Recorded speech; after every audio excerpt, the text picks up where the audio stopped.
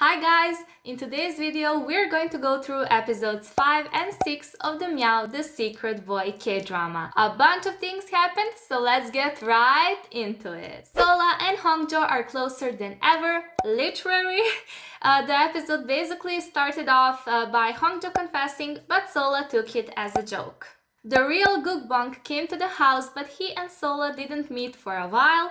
He did meet Hongjo though, and he thinks he is Sola's boyfriend. Sola, on the other hand, saw a hat with long hair sleeping in Hongjo's bed and believes it was his girlfriend. So many misunderstandings in this episode. At Sonamu, Hongjo found the red scarf Sola gave him as a little boy, and Jason explained to him why he and Sola aren't together, which made Hongjo feel responsible. He wants to tell them that he is indeed Hongjo the cat, but can't bring himself to do it, knowing that then he will have to leave. And he wants to stay, so he makes sure Sola doesn't find out. Meanwhile, Sola wants to become friends with Jiun, thinking that she is dating Hongjo and that she was the long-haired woman in his bed.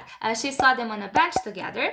The two were supposed to meet at the Sonamu cafe, but Sola arrived earlier and Hongjo was there too, so he placed the scarf so that Sola would notice it and the misunderstanding would be cleared out. Jason and Sola did notice the scarf. They talked and concluded that Sola wasn't the one who abandoned the kitten, but Sola wasn't happy because Jason didn't talk to her and ask her about her side of the story before making any assumptions. Here we see how afraid Jason is of falling in love and being abandoned.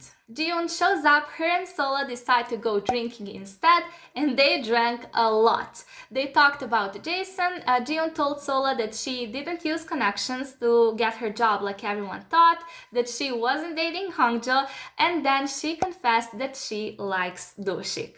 They parted ways, and tipsy Sola going home after that was the funniest thing ever.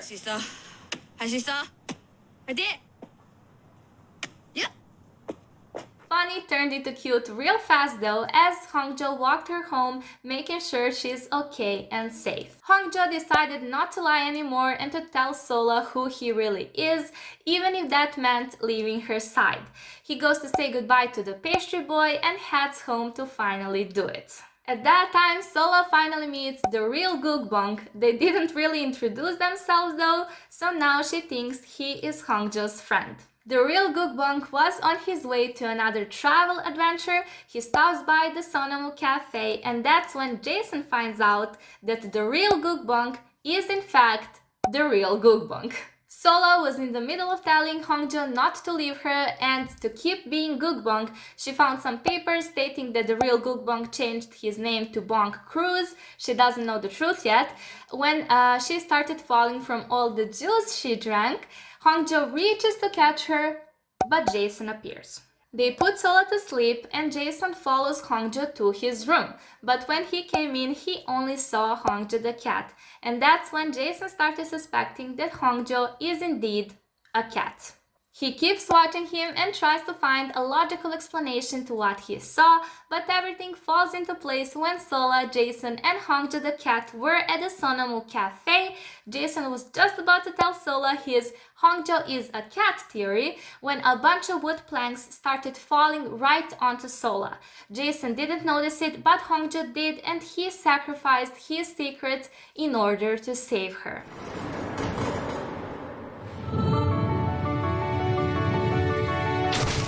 For the better or worse, Sola didn't figure out how he magically appeared behind her, but Jason did. Now everything made sense to him. The red scarf, why he always sneezes around Hongjo, why Hongjo wears the cat necklace. He gives Hongjo a job at Sonamu so that he can keep an eye on him. And let me tell you, Hongjo-Jason interactions are so cute, I almost ship them. Jiun's and Sola's friendship is blossoming, and Sola tries to help Jiun with Dushik. Jiun gathered up her courage and asked him and Sola to eat lunch with her.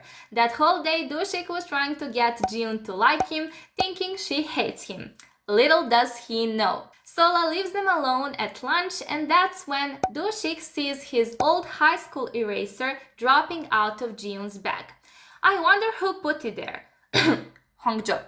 and Jun runs away. In the episode 6, we are introduced to a new character, a weird guy who was roaming around Sola's house. Jason and Hongjo confronted him thinking he's a creep, and boy was that a wholesome scene. Turns out he was actually looking for Hongjo the cat, and it seems like he is also a cat who can turn into a human, as he also makes Jason sneeze. At night, Sola started cleaning compulsively. Hongjo helps her and she tells him that it's her mother's death anniversary tomorrow and that that's why she felt uneasy. She mentions her mother loved peaches and Hongjo suggests they go together tomorrow to a place her and her mother used to visit in her honor. Something just had to go wrong, and the next day an enormous group of people walks into Sonamu Cafe. Hongjo couldn't leave Jason with all that work, so Sola waited for him. It got dark and I was praying Hongjo will make it.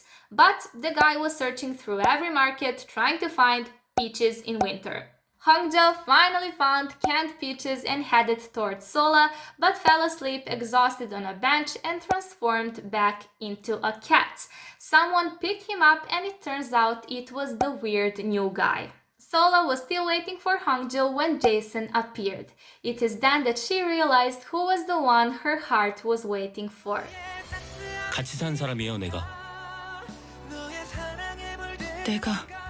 Then she turned to Jason and told him that now she can finally be just a friend to him. I wish I had an eternity to speak about how much I love this drama. I thought I was in for a light, shallow romance, but all the characters are so nicely written, deep, each with their own struggles and virtues, and don't even get me started on the relationships between them. I can't wait to see what will happen next. I hope you enjoyed this video. Before you go, don't forget to give it a like and subscribe down below for more KNC related content, and I'll see you next week with a review of episodes 7 and 8.